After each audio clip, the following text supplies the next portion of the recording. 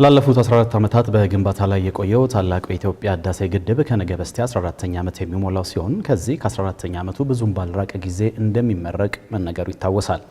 እኛም የግድቡን 14ኛ ዓመት መነሻ በማድረግ ላለፉት 14 ዓመታት የግድቡ ተደራዳሪ ቡድን የቴክኒክ ኮሚቴ ኃላፊ ሆነው ሲያገለግሉ ከቆዩት ኢንጂነር ጌዲዮን አስፋው ጋር ቆይታ አድርገናል።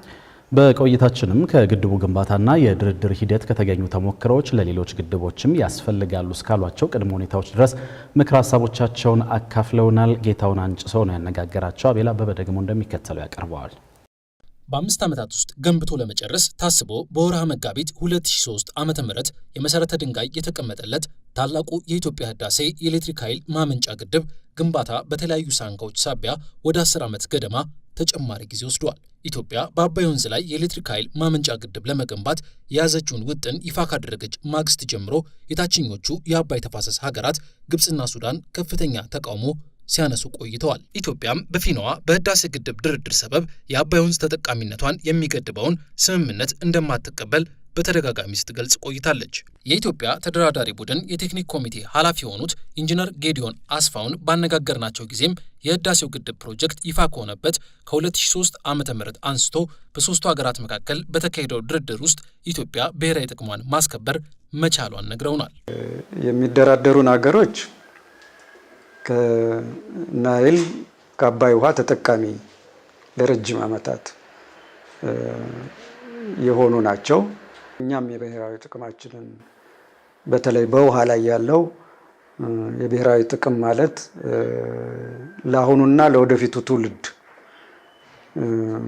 የውሃ የመጠቀምን መብት ማረጋገጥ ማለት ነው። የግድቡን ዲዛይንና የጥናት ሰነዶችን ለመመርመር ሱዳንና ግብጽን አካቶ በተቋቋመውና ኢንተርናሽናል ፓናል ኦፍ ኤክስፐርት በተሰኘው የሶስትዮሽ ኮሚቴ ውስጥም በተጨባጭ መረጃዎች ላይ የተመሰረቱ ሳይንሳዊና ቴክኒካዊ ድርድሮች በስፋት መደረጋቸውንም ኢንጂነር ጌዲዮን ይናገራሉ። የግድቡን ዲዛይን ገና ኮንስትራክሽኑ በሚጀምርበት ወቅት ማለት ነው፣ ያን ለማደናቀፍ ጥረት ተደርጓል። ሶስቱም ሀገሮች የሚስማሙበት ሪፖርት ለማውጣት ትንሽ ከበድ ያለ ጊዜ ነበር። በብዙ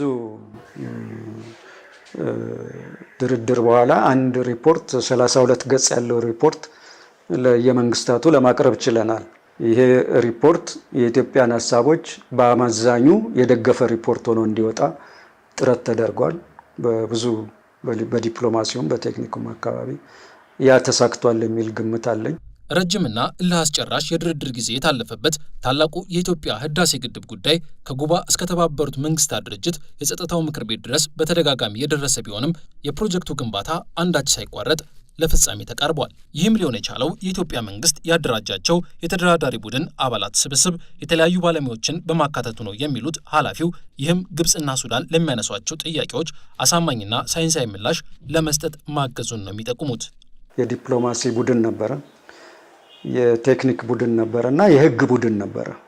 ከዛም በተጨማሪ ደግሞ እነዚህን ሶስት ቡድኖች የሚያማክሩ ከ20 በላይ የሆኑ የአዲስ አበባ ዩኒቨርሲቲ የሌሎችም ዩኒቨርሲቲ ኤክስፐርቶች አሉ ማለት ነው እና በጣም በተደራጀ ሁኔታና አካሄድ ነው ድርድሩን ስናካሄድ የነበሩ ከበታች ሀገሩ የነበሮች ጥያቄዎች በጥናትም ማስደግፈን ለማስረዳት ነው። በሌላ በኩል በመላው ኢትዮጵያውያንና ትውልደ ኢትዮጵያውያን የገንዘብ፣ የእውቀት፣ የሞራልና የጉልበት ተሳትፎ እየተጠናቀቀ ያለው የህዳሴ ግድብ ግንባታ ሙሉ ለሙሉ አልቆ ተገቢውን ጥቅም እንዲሰጥ ጠንካራ የግድብ ደህንነት አስተዳደር ስርዓት በመዘርጋት በዘርፉ የሚሰሩ ባለሙያዎችን አቅም መገንባት እንደሚገባም አሳስበዋል። ከበታች ያሉ ሀገሮች አላግባብ ፍትሃዊ ያልሆነ ምክንያታዊ ያልሆነ የውሃ አጠቃቀም አድርገው የማይገባ ፕሮጀክቶች ሲሰሩ የበላይ ሀገርን ይጎዳሉ።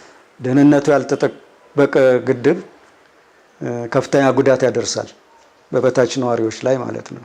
ስለዚህ ለሱ አስተዳደር ውስጥ ተካቶ የግድብ ደህንነት ኤክስፐርቶች ይህንን ያለማቋረጥ መስራት አለባቸው። ከዚህ ባለፈ የተደራጀና የተጠና የወንዞች መረጃ ለግድቦች ግንባታ ወሳኝ ግብዓት ነው የሚሉት ኢንጂነር ጌዲዮን ታላቁ የህዳሴ ግድብ ግንባታ ለመጀመር ከ120 ዓመት በላይ ያስቆጠሩ መረጃዎች መሰባሰባቸውን ያነሳሉ። በሌሎችም ተፋሰሶች እነዚህን መረጃዎች መሰብሰብ የሚሰበስቡትንም ድርጅቶች ማጠናከር ያስፈልጋል። ዛሬ ያልተሰበሰበ መረጃ ነገ ግድብ ለስራ ብለህ ብትመጣ በግምት የሚሆን ነገር አይደለም።